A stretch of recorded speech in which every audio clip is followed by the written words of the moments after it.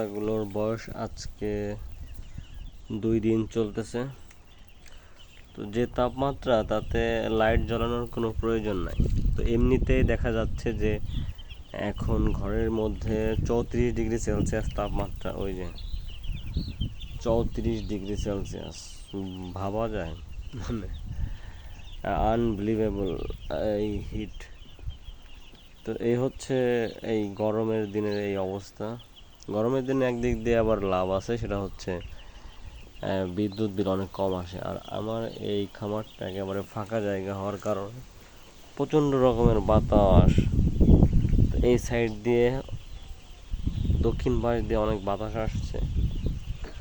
তো এই দিক দিয়ে একটা অ্যাডভান্টেজ যে বাতাস আসবে অনেক, কোনো অ্যামোনিয়া গ্যাস হবে না ঘরের মধ্যে, এবং মুরগিগুলো খুব ভালো ওয়েট আসবে। তবে যে উপর থেকে যে হিটটা আসবে ওইটাকে কন্ট্রোল করতে হবে 20 দিন পর। যখন মুরগির বয়স 20 দিন হবে, তখন কিন্তু স্ট্রোক করার প্রবণতা বেড়ে যাবে।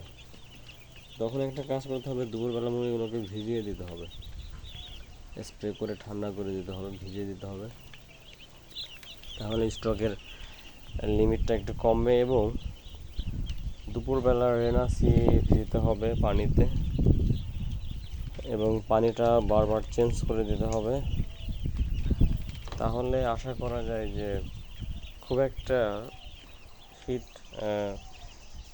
হিটের কারণে খুব একটা স্ট্রোক করবে না। আর এই সাইডটা মূলত ঠান্ডা, এই পাশ, আর এই পাশটা হচ্ছে গরম।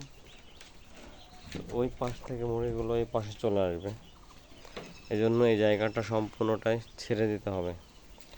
তো এখানে যেহেতু মুরগি লালন পালন করা যায় 1000, কিন্তু আমি উঠাইছি মাত্র 500। মানে ঘরের ভিতরে পর্যাপ্ত জায়গা থাকবে, মুরগিগুলো স্টক করবে না আশা করা যায়। যাই হোক, সবাই দোয়া করবেন যে যেন এই গরমের মধ্যে মুরগিগুলোকে ভালোভাবে বড় করা যায়। বাচ্চাগুলো খুবই ভালো আছে আলহামদুলিল্লাহ,